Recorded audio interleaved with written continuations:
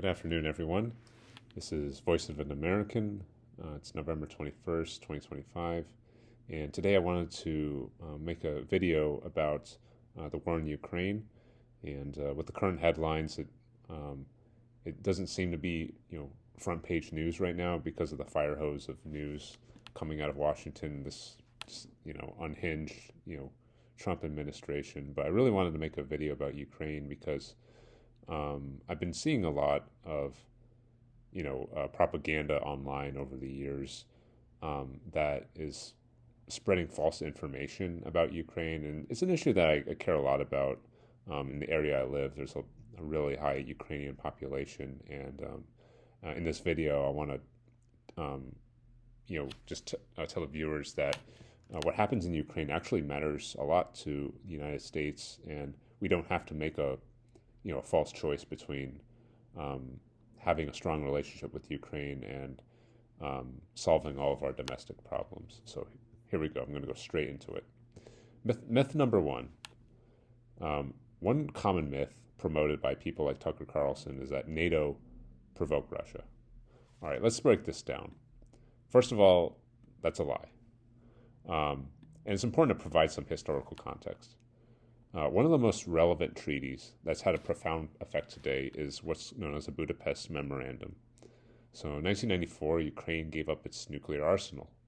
It sacrificed its main protection, an arsenal that was the third largest in the world, in exchange for promises of sovereignty and protection signed by Russia, the United States, and the United Kingdom. So think about that. Ukraine sacrificed its strongest form of protection in the name of peace.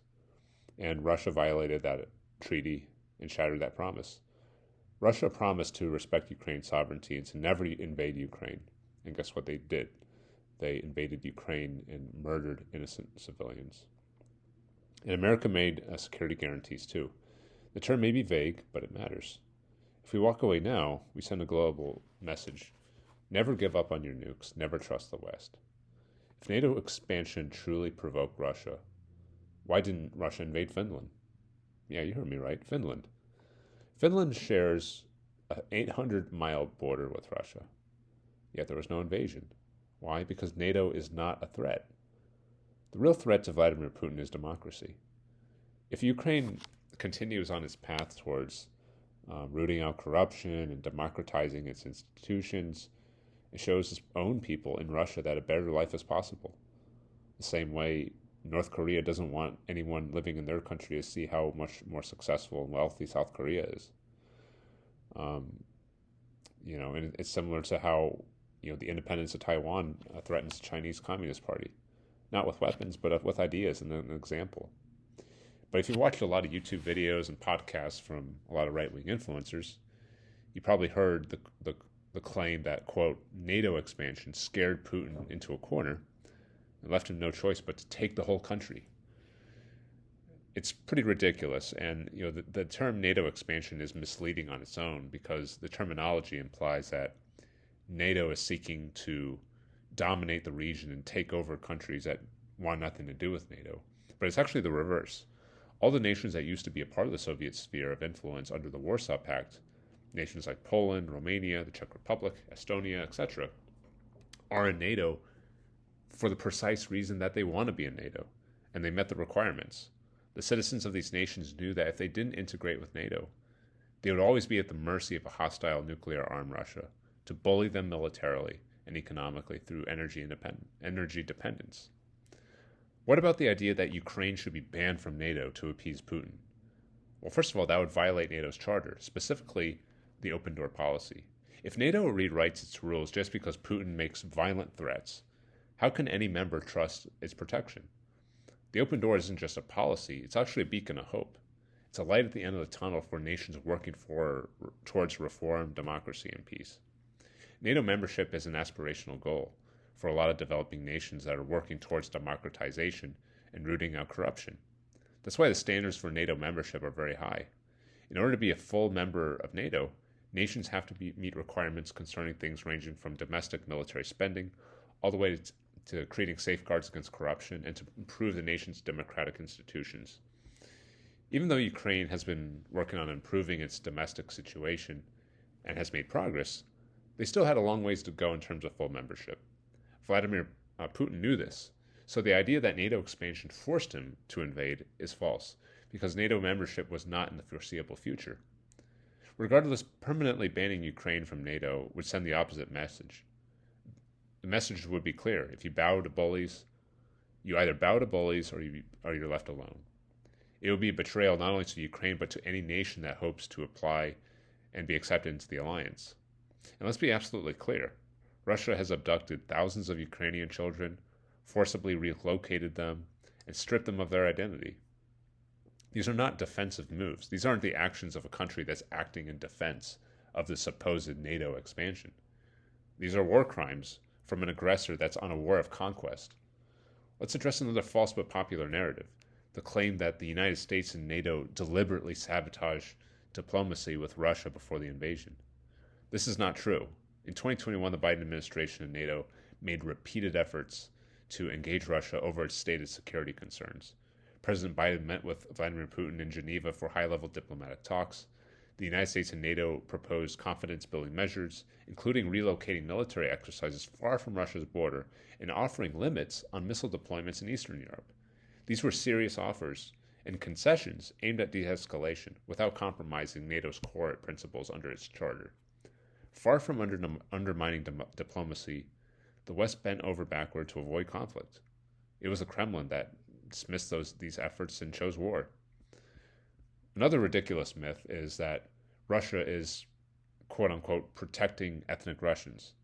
And if anyone is familiar with 20th century history, this sounds a lot like what Adolf Hitler said to justify his annexation of the Rhineland and to annex Austria and parts of Czechoslovakia. He used the excuse of, quote, protecting ethnic Germans. So whenever you hear the rhetoric of a dictator saying we're protecting our people, our ethnic people, and nations outside our sovereign boundaries, that should raise a red flag. Russia claims it invaded Ukraine to protect ethnic Russians living in Ukraine. But here's the truth.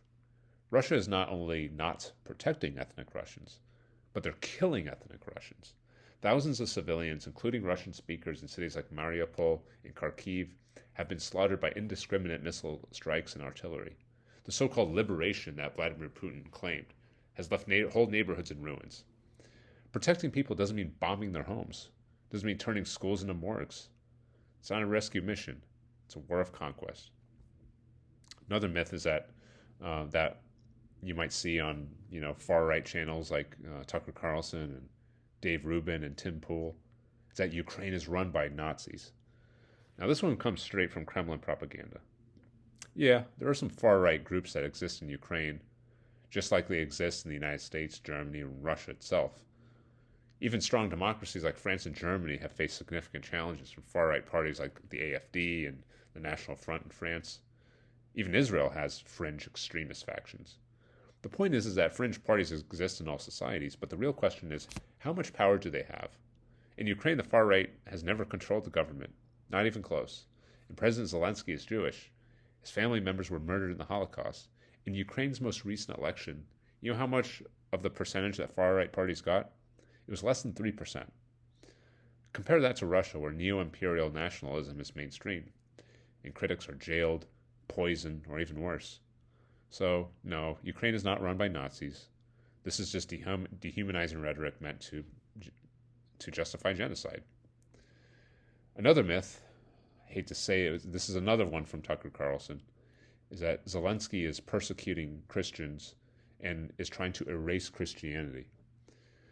This is insanely ridiculous because the vast majority of Ukrainians are Christians, so I don't know where he's getting that. But Christianity plays a vital role in Ukrainian culture. But under Russian occupation, cultural traditions like pisanka, the art of Ukrainian Easter eggs, has been suppressed. Ukraine is not banning Christianity. What Ukraine has done is that there are specific branches of the Orthodox Church that are actively coordinating with Russian intelligence and war propaganda. It has nothing to do with religious doctrine. It has everything to do with wartime security. In any country under martial law, including our own, the flow of information is critical to the survival when you're under attack by a country that's trying to erase you from the map. When private institutions actively aid the enemy, things break down. And Ukraine is not unique in this. Again, the United States under wartime has implemented policies that say that you must comply with wartime information laws when national security is at stake. So Ukraine is defending its sovereignty. It's not persecuting religion. Myth number 5 is that Ukraine is a money laundering scheme. So this is a pretty cartoonish myth, but again, very popular. Far-right influencers try to portray it like we're stuffing bags of cash and we're just throwing them over the Atlantic and just handing it to every Ukrainian. Here's the reality. The vast majority of U.S. support is not cash. It's not money. It's weapons and ammunition. These are often older systems we were already planning to decommission. They're still useful, and Ukrainians are using them to defend their country. The billions of dollars often cited, that's the cost of replacing our own arsenal, something we would have had to do anyway. So we're not actually even losing money from aiding Ukraine. We're just modernizing our military while giving weapons and ammunition to help Ukraine survive. And Ukraine is not some lawless black hole. It's a democracy with independent watchdogs, a free press, and a track record for prosecuting corruption when they see it. Meanwhile, Russia's oligarchs operate with impunity, looting billions while journalists are silenced or killed. So if you're worried about corruption, definitely look in the wrong direction. So what are the consequences of abandoning Ukraine? If we walk away, we're not choosing peace, we're choosing subjugation. Under Russian occupation, we've seen the massacre of civilians, torture chambers, abductions of children, forced disappearances of teachers, journalists, and public officials. This is what awaits the rest of Ukraine if it falls. And the consequences won't stop at Ukraine's borders. If we abandon Ukraine, a mass refugee crisis would destabilize Europe, far-right extremism would surge, NATO's credibility would collapse, and Putin and other dictators will be emboldened to attack other countries. China would be emboldened to attack Taiwan. Many other dictatorships will say, look, there are no consequences for invading other countries. So even though we're on the other side of the planet, our words matter, the videos we click on, the influencers that we promote, every repost, every click, every video that mocks Ukraine's suffering chips away at support, and it really results in people dying. Creates doubt and emboldens authoritarians, makes it easier to give up. And we're very lucky to live in a free society. We can say what we want, but with great freedom comes great responsibility. So use your voice to inspire, to spread hope, to tell the truth. And hopefully by debunking these lies, we arm the democratic world and Ukraine's allies with the most powerful weapon of all, which is the truth. This isn't just a war between two countries.